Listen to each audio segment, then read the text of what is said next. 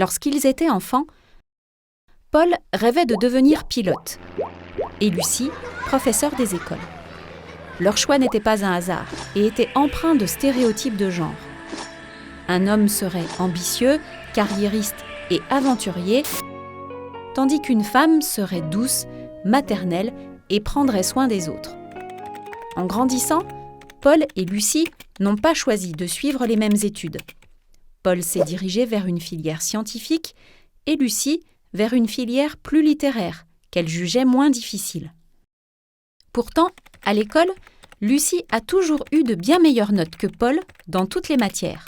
D'après ses professeurs, elle a toujours été une élève sérieuse, travailleuse et discrète. Paul est quant à lui dissipé, et ses notes ne reflètent pas son potentiel. Là aussi, leur attitude à l'école n'est pas un hasard, et découle de l'éducation qu'ils ont reçue. Cette éducation est, elle aussi, basée sur des stéréotypes de genre. Si les adultes attendent des filles qu'elles soient disciplinées, ils tolèrent davantage les comportements turbulents chez les garçons, qui seraient l'expression d'une certaine virilité. Par cette éducation différenciée, les filles sont mieux préparées que les garçons au respect et à l'intériorisation des normes de l'école. Ainsi, elles réussissent mieux leur scolarité et s'accrochent davantage. Aujourd'hui, Lucie continue ses études afin de réaliser son rêve d'enfant et devenir professeur des écoles. Paul a finalement décidé de renoncer au sien et a arrêté ses études juste avant de passer son bac, découragé par ses sanctions à répétition dues à ses problèmes de comportement.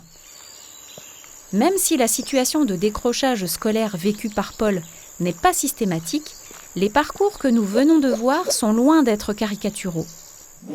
La problématique du décrochage scolaire est une réelle préoccupation européenne. Le Fonds social européen a un double objectif: lutter contre le décrochage scolaire, mais aussi favoriser l'égalité entre filles et garçons. Grâce aux stratégies et plans mis en place à l'échelle européenne et nationale, le décrochage a significativement baissé au cours de ces 10 dernières années, passant de 140 000 décrocheurs en 2012 à 80 000 en 2019. Mais malgré ces progrès, en 2020, le taux de sortie précoce des 18-24 ans s'élève encore à 8,2%, ayant pour conséquence à long terme chômage, pauvreté et marginalisation. En moyenne, le décrochage scolaire touche plus les garçons que les filles, mais les raisons ne sont pas les mêmes. Les garçons décrochent car ils ont tendance à rejeter l'école, sont exclus ou souhaitent travailler et gagner de l'argent. De nombreux garçons ont également du mal à trouver leur place à l'école, car ils attribuent la réussite scolaire aux femmes. Les filles ont de meilleures notes, les professeurs des écoles sont majoritairement des femmes, et c'est souvent les mères qui aident leurs enfants à faire leurs devoirs. Les filles, quant à elles, décrochent davantage suite à des problèmes personnels, une grossesse par exemple, une peur de l'échec ou une orientation subie qui ne leur convient pas, ou encore à cause des impératifs familiaux qui peuvent reposer sur elles. Réaliser les tâches domestiques à la maison, s'occuper de la fratrie par exemple.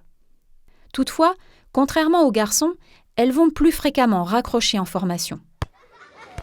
Vous l'aurez compris, le décrochage scolaire résulte en partie des stéréotypes de genre. Éducation différenciée, attribution de rôles sexués et genrés, inégalité entre les filles et les garçons à l'école.